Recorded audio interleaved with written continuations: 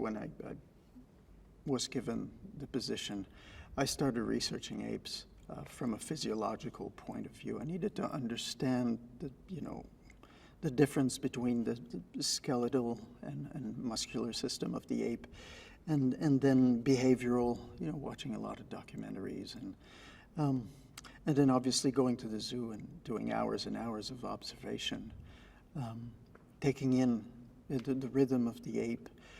Its movement, its limitations, its advantages, its qualities of observation, its simplicity, its reactive qualities and all that. And then when the cast came about, it was really for me about to first get them to become aware of their body. So I developed a series of exercises for them to augment and develop their new neural pathways, for them to have tools to get into the ape format. And so we, after that, it was really workshopping.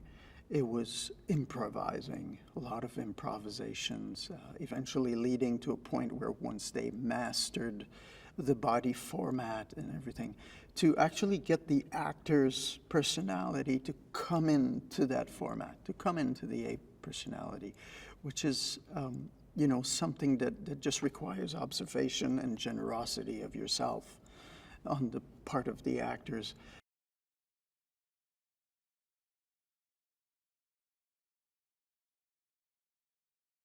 Where Andy came in was later in the process, which was really great because there were certain aspects that were beyond my abilities. For example, developing their voices and other, the fine-tuning of their character, which is where we had a chance to sit down with Andy and do some Zoom calls, and he was extremely generous of his person and made available all his experience for the actors, and they got to play scenes with him, and they really fine-tune the ape for the movie. So that was a beautiful contribution for sure.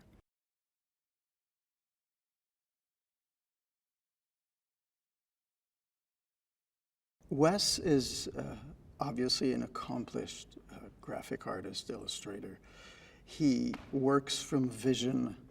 He's very playful in his style, which is right up my aisle in terms of creating, obviously.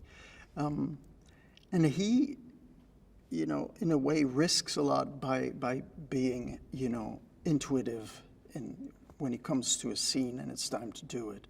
And he loves to explore different possibilities and try different things. And, it's always a little bit scary for part of the process. But once you surrender to it, in my opinion, it really allows this magic to come out, It's one thing. In physical performance, we always say if you premeditate, you're done. It's not going to work. And so he has, in my opinion, that quality of just getting there on the set, seeing his performers on that specific day, and rehearsing it and tweaking it and playing with it and seeing.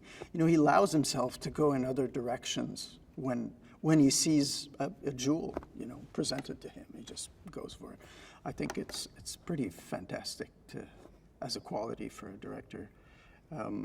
And he's really a visionary. He just, you can tell he's intuitive and driven by insight, when he comes on set and starts working with the actors.